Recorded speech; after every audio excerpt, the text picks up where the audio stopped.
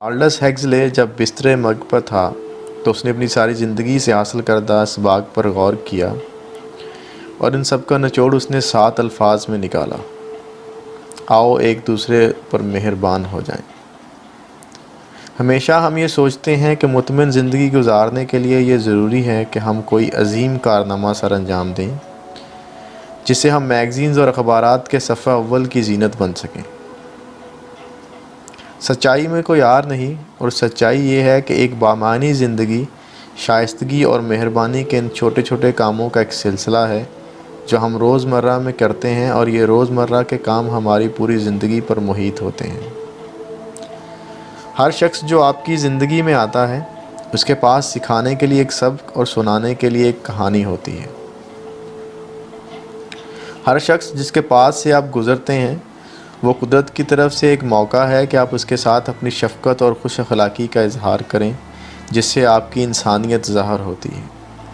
تو کیوں نہ اپنے معمول میں وہ انسان بنیں جو دراصل آپ ہیں، اور ایسے کام کریں جس سے آپ کے ارد گرد کی دنیا کا معیار بلند ہو۔ میرے خیال میں اگر آپ اپنے معمول کے ایک دن میں کسی ایک شخص کے چہرے پر بھی مسکراہٹ لے آئیں یا کسی اجنبی کا مزاج خوشگوار کر دیں تو یقیناً آپ کا دن کارآمد رہا ہے۔ مہربانی دراصل وہ کرایہ ہے جو ہمیں اس سیارے پر ملی جگہ کے عوض ادا کرنا ہے۔